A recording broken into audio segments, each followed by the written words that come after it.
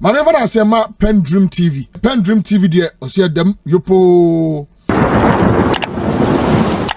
Blowers Act, for example, you know, all of us are enjoined, you know, to blow the whistle, to blow the alarm, and to bring these matters to the fore so that anytime there's wrongdoing, anytime state resources are being diverted, we can all be, you know, useful citizens, patriotic citizens that will stop, you know, the rot, the canker, and set this country on a good path. How many pieces have you worked on so far? Because I remember the Frontiers Healthcare, you traveled all the way to the United States. This was just a few months ago. Now, prior to that, you had also hammered on the president's expenditure on travels.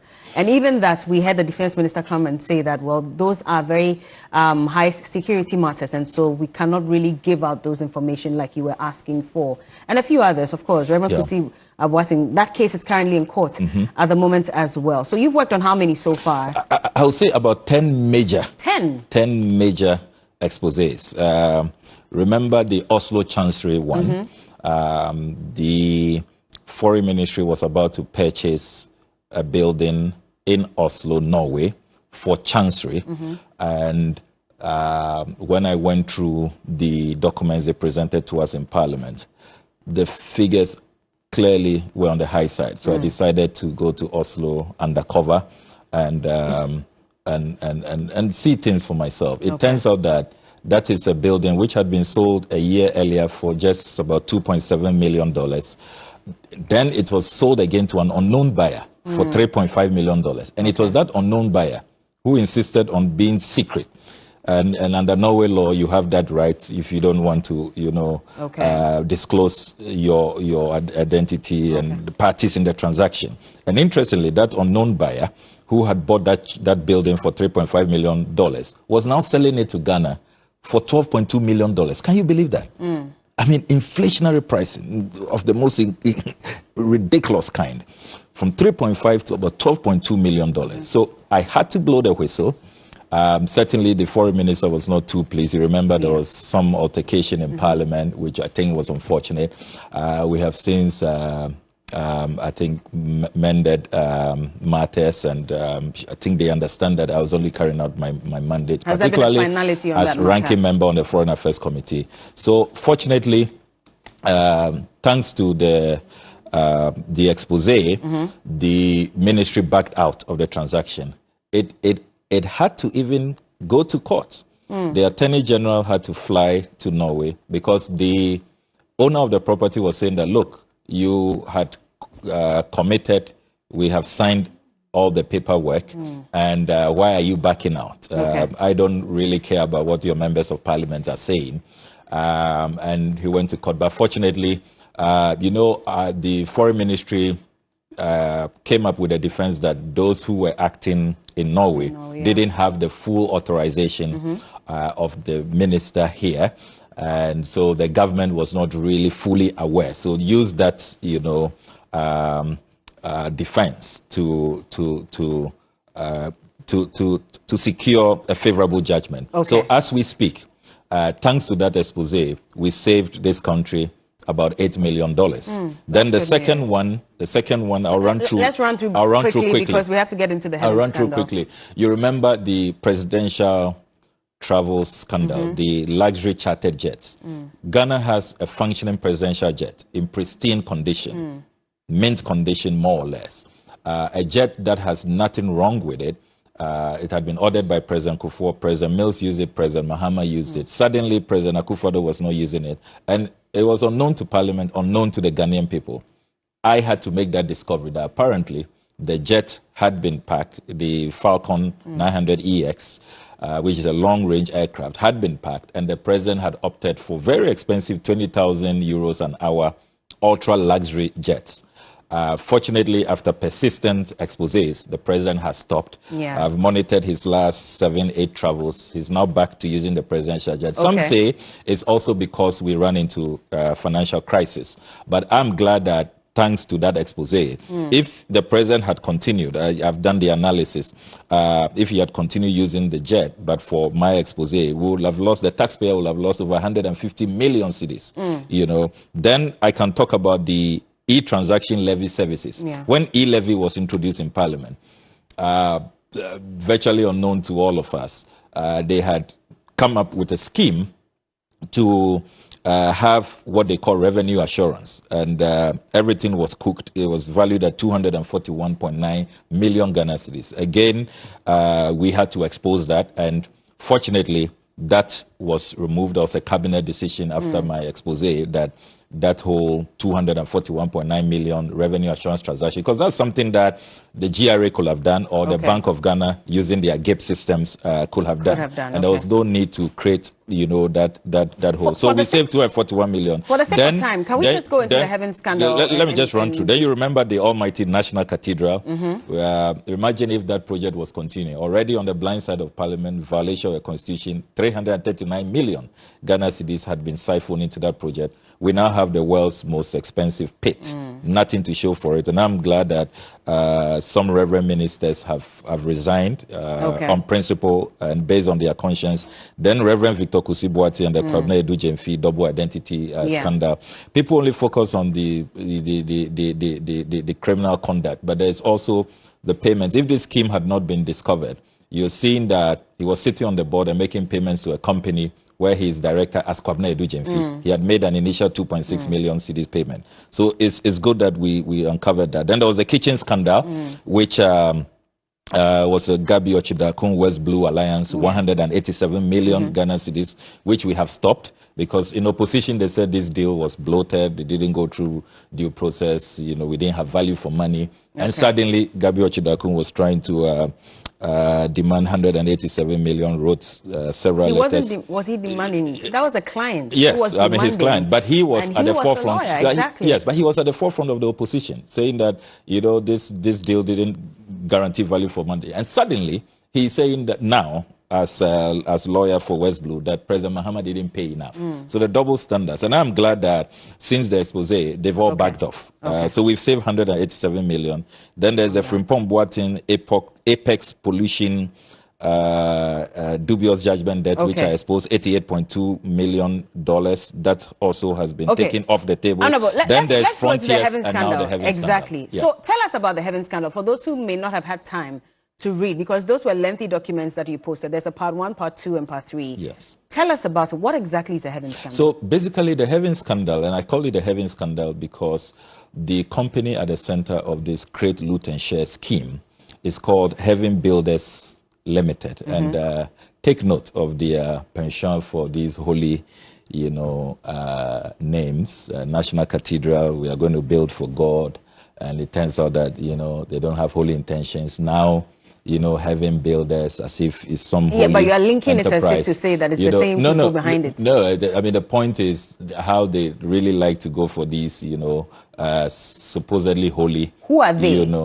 You'll get to know them soon. I mean, clearly they have collaborators in government. It's a whole state capture agenda. So Heaven Builders Company Limited has been offered initially 38.12 acres of prime land belonging to the Ghana Airports Company Limited. And so that means that it's land for all of us. The Ghana Airport Company Limited is a public entity. They are only acting in trust on our behalf. So the land belongs to us. Now, this airport land, we have about 93 acres left. And the plan has always been that there will be phase 2. So you preserve them for further development. The airport started, remember, with Terminal 1. Then we added Terminal 2. Now we have Terminal 3, which continues to win a lot of international awards.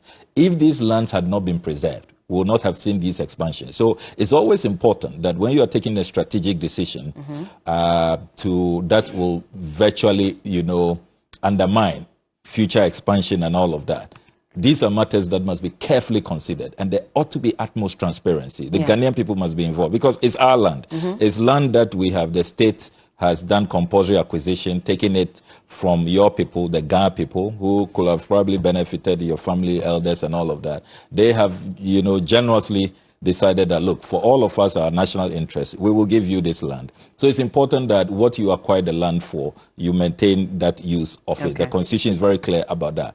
So I was really surprised when I intercepted this letter dated December 16, 2022, signed by Mrs. Pamela Jamson Tete, the managing director of the Ghana Airport Company Limited, which reads, offer allocation of land at Airport City 2 project site to Heaven Builders Limited in consideration for the provision of Airport City 2 infrastructure.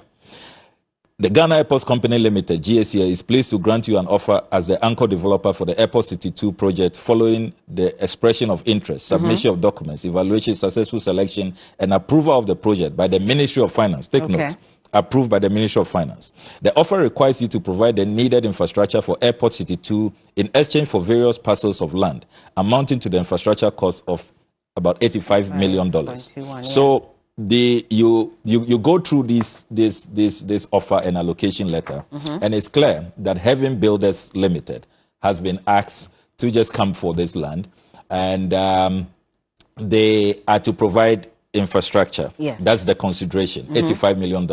Now, the fundamental question is, if Ghana Airport Company Limited wants some infrastructural support or wants to carry out infrastructure works, can't it raise money on its own terms, on its own balance sheet?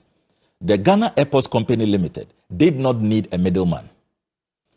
They did not need this track recordless Heaven Builders Limited. Why do you say that? Because part 3 of my Scandal exposés, I revealed that Heaven Builders apparently has no office. The office address they provided to official institutions, the Office of the Register of Companies, and even the Ghana Airport Company Limited. When I went there, site 4, house number F17. Is it the one in Tema? In Tema. Yeah. An abandoned building. Okay. There was one squatter there who said, look, nobody has been here for more than 10 years. It's never been an office. I spoke to neighbors around, and they are shocked. So clearly, these scammers just identify this abandoned structure, and then they put it in official documents. You cannot call them scammers necessarily. They are scammers. I mean, since we started this expose, it's almost 2 weeks. Have you seen a single response? Not from the company.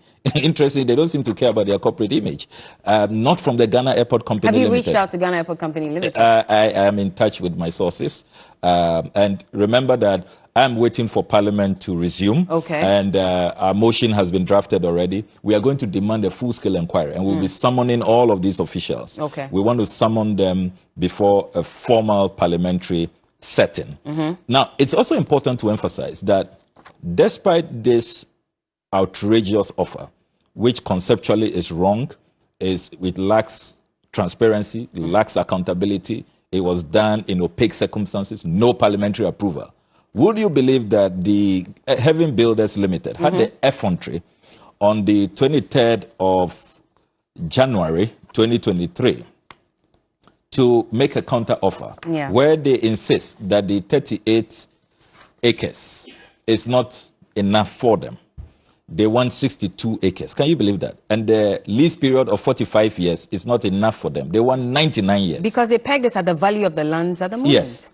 And that valuation they did, and I'm surprised they were allowed to do that, was so low, it was self-serving. And fortunately, and I must, on this one, I have to commend the managing director of the Ghana Airports Company Limited, who, seeing the overbearing influence of Heaven Builders and the cabal behind Heaven Builders. And let me emphasize that so far, I have discovered a link, a clear link. Those who are fronting for Heaven Builders are the same people who fronted for Frontiers. Those who came to loot. How did you settle on this link? When you analyze the incorporation documents, you see similarities, similar addresses, similar witnesses. Then I've also spoken to insiders at the Ghana Airport Company Limited who have told me that's the same people. Same people who brought the letters, who were, negotiating, who were sitting in meetings, are the same guys. And it's linked to a Nigerian fugitive called Benedict Pictus, who really has been, the shadowy character behind all of this state capture. Are you saying this based on hearsay from your links at the Ghana airport? Or yes, you have evidence to show? And documentary evidence, yes. And I challenge everybody. I'm willing to appear before any judicial process, any parliamentary process, and we'll prove it. And we've already published details about this. So the same guys who engage in this Frontiers loot, where they took $10 for all of us, for the state, and allowed Frontiers to walk away with $140. A company that was incorporated on the 21st of July 2020, less than 2 months after the airport was reopened on the 1st of September. So no track record. Something that Noguchi could have done, KCCR could have done, Kolebu Central Laboratory. They allowed this dubious entity to come, and we analyze, and our very conservative estimate is that these guys, Frontiers, made over $130 million in profit. So it's the same cabal that is now behind Heaven Builders. And they have the effrontery, the audacity, the sheer temerity to say that they should be given 62 acres, 62.14 acres. For the same value? For the same value.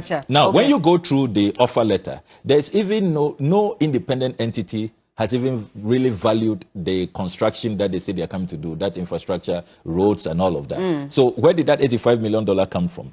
You know, some conjuring from the skies. Then you also have a situation where there's inherently no mechanism to really determine that they have actually spent $85 million and they will be given all of this land. Now, what if but if you read the document, you realize the letter that Ghana Airports Company wrote to them, I mean, they gave some terms and conditions and even said at a point that if after the first 6 months or so, if you don't start construction, etc., we're going to retrieve, the lands from you and all that. Yes, I'm talking about a mechanism to know that indeed they have spent $85 million. That amount of money. Yes.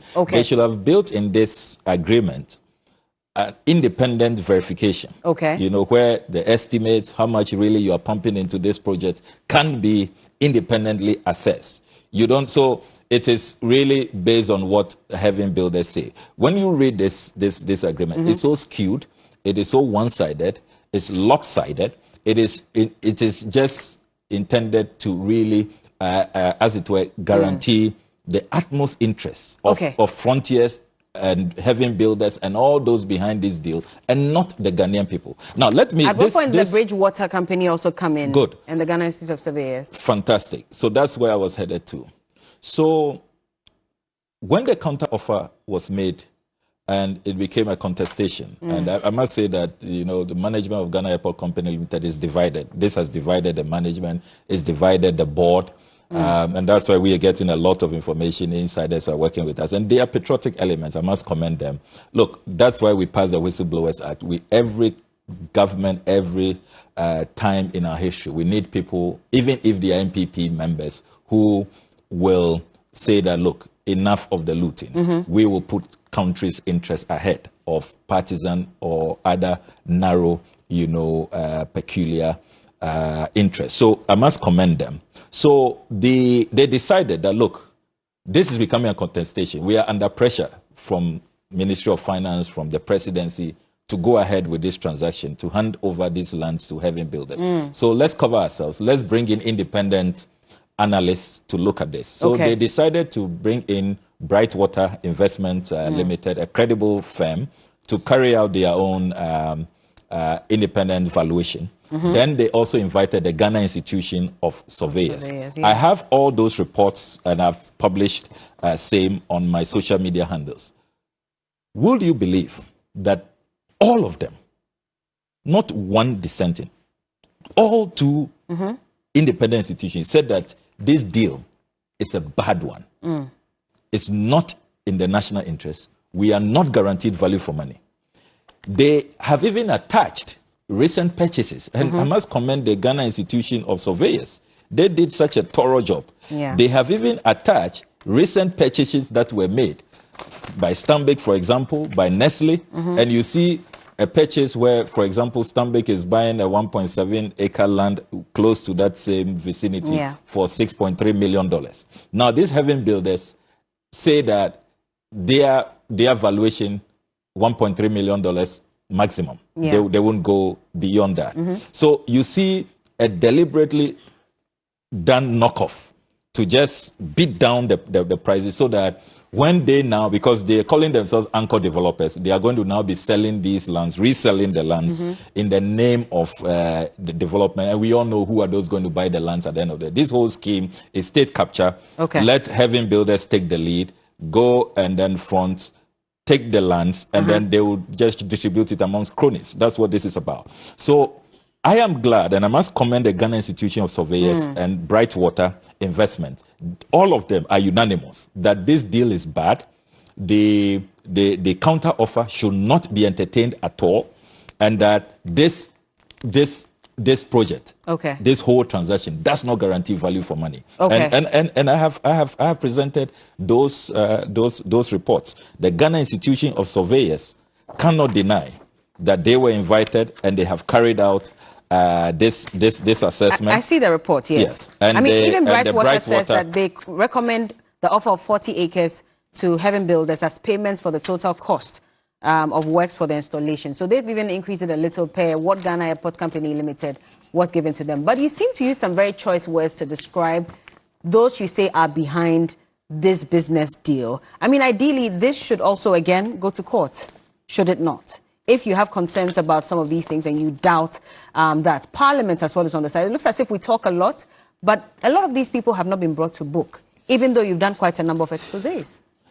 Let me emphasize that as a member of Parliament, I must really exhaust my parliamentary opportunities, and all over the world, members of Parliament use the institution and the constitutional right to carry out oversight imposed on them to the maximum. And that's what I'm doing. I don't believe that initial stages you rush to court, another arm of government, when Parliament can be well versed with these matters and can look into it. And that is why we always adopt the route of motions, inquiries, because the parliamentary institution is very powerful. If there is consensus and we all decide to really put aside the partisanship and put our country's interests first, there's so much that we can achieve collectively. I mean, remember the Sputnik V, inquiry. I mean, very far-reaching recommendations made by Parliament. What has happened? Virtually both sides agreed that the health minister came out and said he wasn't thinking straight. He's still at post. And so that's why we're asking that, yes, we see Parliament also, setting up committees to investigate. Yes, but Bella, you cannot, nothing really happens. Bella, you cannot discount the fact that it was a helpful exercise. There were lots of revelations. We now know a lot about all those shonky sheikhs. And then what happened? Who acted as middlemen. Just like, this love for middlemen to just state capture.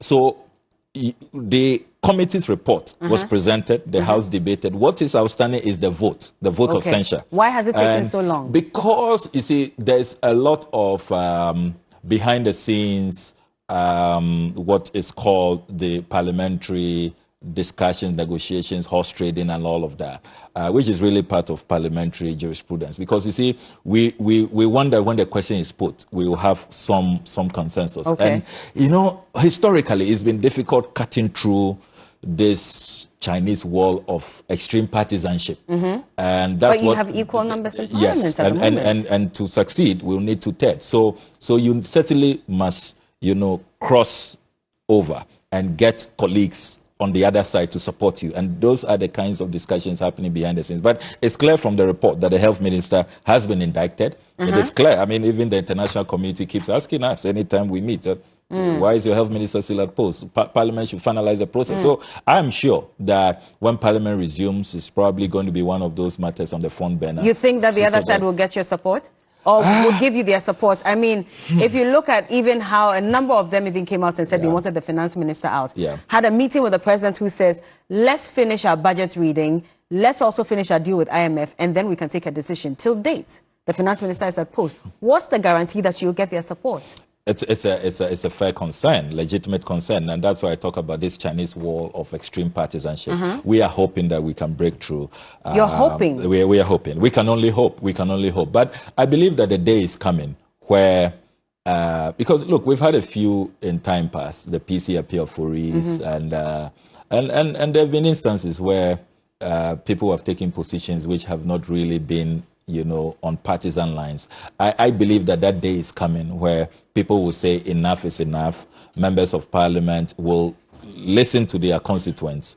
And you see, it's also for our constituents to start demanding, you know, if whether it's a safe seat or not, you know, let your MP know that, look, on these matters, you know, look, we will punish you. There's a primaries coming. We will recall you. And we want you to vote in the national interest. So I believe that as our democracy matures and grows, and we deepen, you know, this whole, you know, democratic culture, I am sure that we will begin to see MPs voting on some of these critical matters in the national interest, putting that above the narrow partisan interest.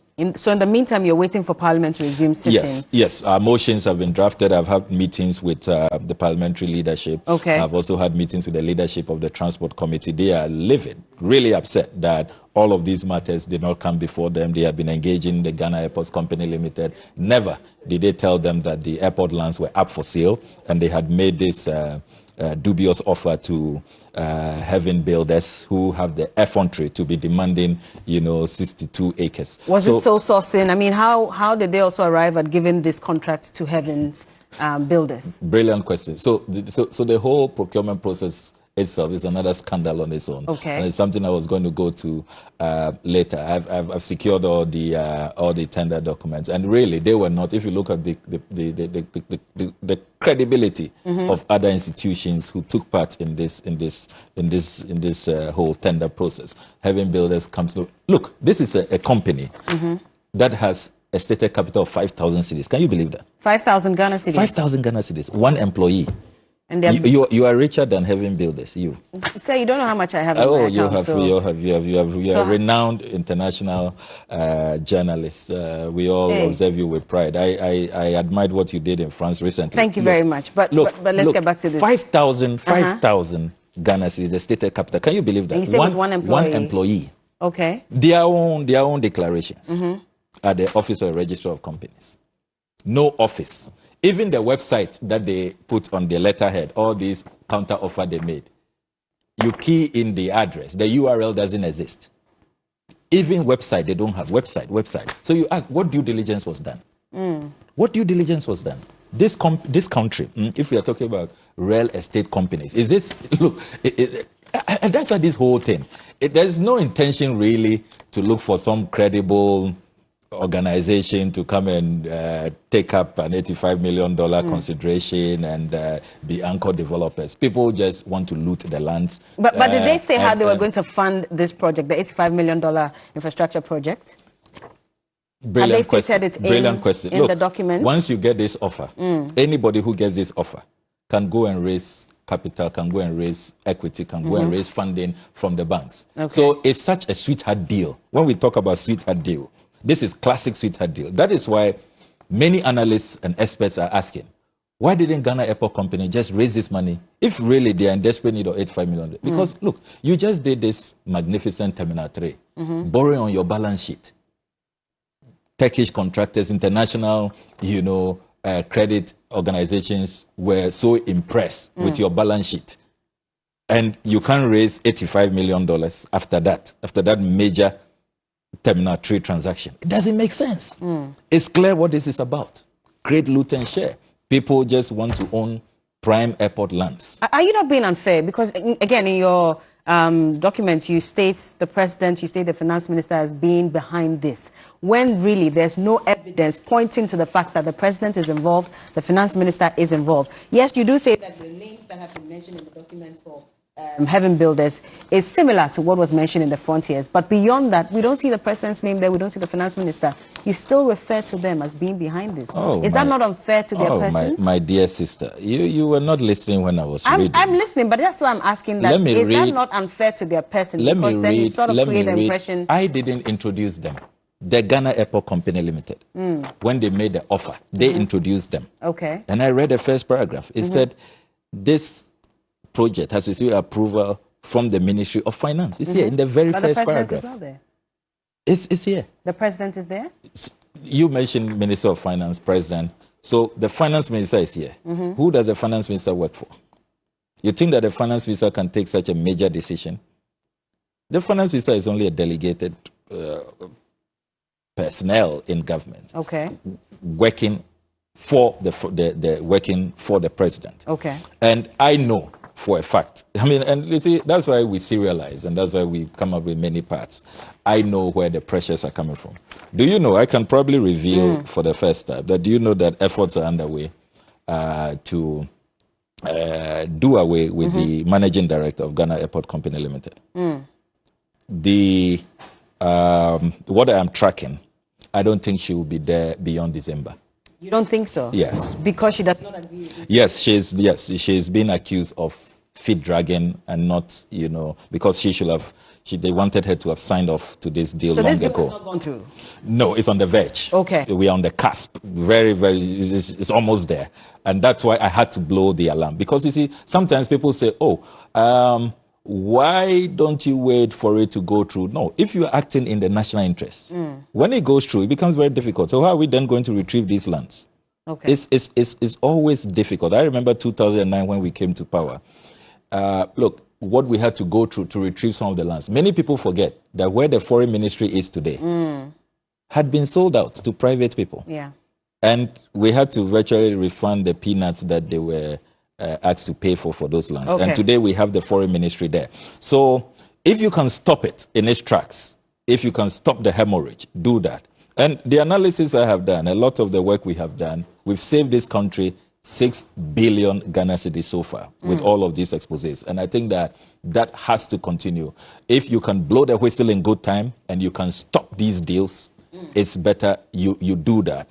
Don't wait for it to be finalized, for it to be consummated, and then you know what happens in this country with judgment debts. The parties will say, we had a valid contract, we had been offered the land, we even had started some work on the land, and you are trying to retrieve it, so you owe us judgment debt. A lot of the judgment debt we pay is because of some of these things. So you stop it in its tracks, it's always better. Okay. You save money, you prevent judgment debts in the future. If the NDC should come to power come 2024, is this something you're going to continue? Absolutely, absolutely. Against your own people? Absolutely, be rest assured, absolutely.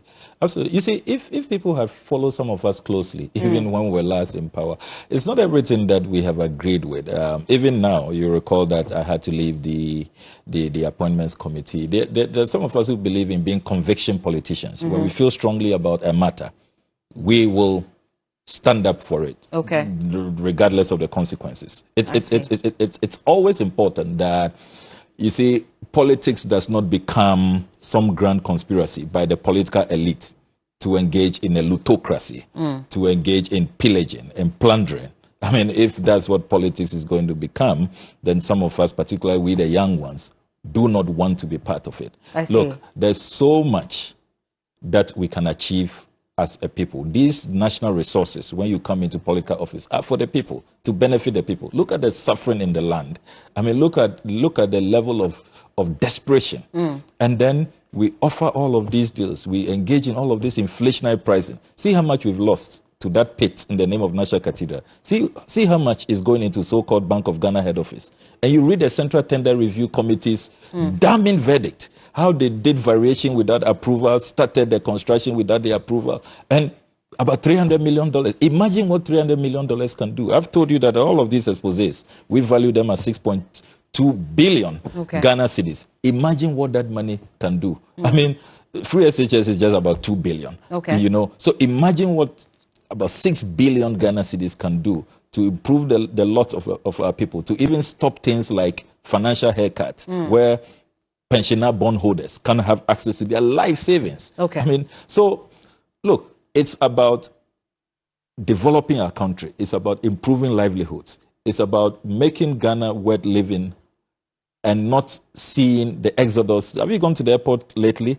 You see how Ghanaians are living in droves. I mean, I have had to introduce all kinds of new, you know, incentives in my constituency to attract nurses, to attract doctors, because we are losing them. You know, they all want to see greener pastures. And it's not really that people don't want to, because there's no place like home. But when we make it so difficult, almost impossible to survive, certainly they will leave. So these decisions, bad policy decisions, decisions that are not in the national, because you see, if you have nothing to hide, why are you not first presenting a policy brief to Parliament? Let's all have a debate. Okay, we really don't need these lands anymore. we want to bring in private developers. How should we go about it? Are we really sure that's in the national interest? I mean, should we preserve portions of it? If we want to do a Terminal 4 tomorrow, we want to do some more expansion tomorrow, because we've always known that even that whole enclave for the airport, it was more of a temporary arrangement. Remember that the major plan, if you look at the master plan for our airport, really, was that the main one will be sited in Pram, in the Ningo Pram constituency. That has been on the drawing board for a long time. So are we sure that we want to really offload all of these 93 acres? So these are matters that if really is not state capture, you have nothing to hide. You bring it to Parliament. Let there be a parliamentary debate. Let the Oversight Committee on Transport have an idea about this, discuss it. Let the whole process be known by the Ghanaian people. You know, that is how, look, elsewhere, you even, everything to the core, every major project, even estimates, they are discussed, they are put out there, who the contractors are. So you even have sometimes environmentalists. Heathrow, for a long time, Heathrow Airport expansion has come under enormous criticism because environmentalists say that no, don't go ahead with that expansion. We don't even want the noise. We should even be ending all of this, fossil fuel projects and all of that. And it's opened up for all kinds of discussion. So, you see, when a president promises us that he'll protect the public purse, that he will do everything to make sure that national resources are channeled into the development of the people. These are not the kinds of schemes that we expect. We have to go, but finally, I just want to ask, has Parliament become weak, in quotes, and I use that advisedly, which is why this government sometimes feels like there's no need to even go to Parliament and we can still sidestep them and conduct some of the transactions, because we've seen quite a number of them. Yes, I mean, you are right. Frontiers didn't have any parliamentary approval. National Cathedral did not have any Should we blame approval. Parliament as well for becoming a little too chartered weak? Jets. Barking more than they can actually bite?